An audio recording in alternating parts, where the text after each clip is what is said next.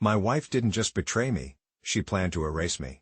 She intended to have me raise another man's child, smiling and oblivious, for the rest of my life. But the game she was playing had rules she didn't understand, because I was the one who was about to write them. It started with a positive pregnancy test, shoved deep in the bathroom trash. 2 pink lines, crystal clear. My hands didn't shake. My heart didn't pound. Something inside me didn't break. It sharpened. The marriage was over. This was no longer about emotion. Now, this was about strategy. I placed the test back exactly where I found it, rearranged the tissues over it, walked out.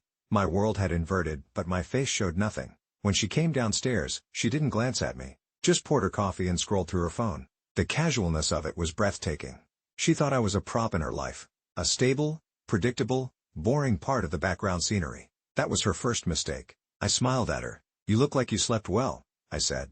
My voice was even, calm. She shrugged. The usual. Meetings, deadlines. The lie was effortless, but I wasn't listening to her words. I was watching her hands, the way they clutched her phone like a lifeline. People like my wife, Mallory, get careless when they feel secure. They believe their own performance. So I gave her the stage. I played the part of the oblivious husband. I smiled at her jokes. I let her kiss my cheek, a sick little gesture that felt like an insult. All the while, I was observing, collecting data. A crumpled receipt for men's cologne I'd never seen.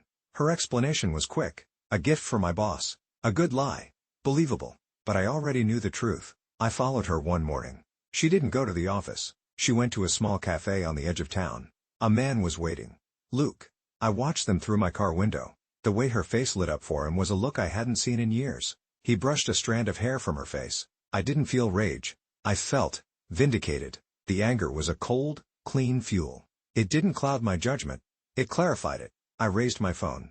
Took the pictures. Each one was a nail in the coffin she was building for herself. The real leverage, the central secret, came from her laptop. Her passwords were laughably predictable. I wasn't snooping. I was conducting a threat assessment, and I found it. An entry in her calendar for Friday at 3 p.m. Dr. Carlson, prenatal checkup. That wasn't a heartbreak. It was a confirmation. The final data point I needed. I knew Luke's name from her emails. A quick search confirmed he was married. With 2 kids. Perfect. He wasn't just an affair. He was a liability. He had a life to protect. A life I could now touch. Friday came. I was parked across the street from the clinic when she pulled up. And then he arrived. Luke. They walked in together, his arm around her. The proud father-to-be. They had no idea I was there. They had no idea I slipped in through a side door and stood in the hall, recording the audio of their appointment through the crack in the door. Every happy, deceitful word. The climax wasn't a screaming match. It was a quiet dinner at an expensive restaurant.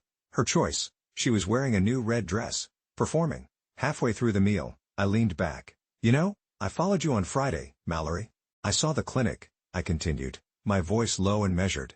"I saw Luke. I have everything." I slid my phone across the table. The screen was lit up, showing the thumbnail of the video I'd taken. The audio file from inside the clinic. The photos. Her face drained of all color. For the first time, her mask didn't just slip. It shattered. "You wouldn't," she whispered. "You were going to have me raise his child," I stated. "It wasn't a question. You were going to let me love a baby that was a symbol of your contempt for me. You thought I was too stupid to notice. Too weak to do anything about it. You underestimated me." She tried to fight back, to twist it, blame me, call me distant, but her words were hollow. She was checkmated. "Here is what's going to happen," I said, my voice like ice. "You're going to pack your bags tonight and you're going to leave. You will sign whatever divorce papers my lawyer puts in front of you. You will make no claims on this house or my assets. If you resist, if you even hesitate, this entire folder of evidence goes to Luke's wife.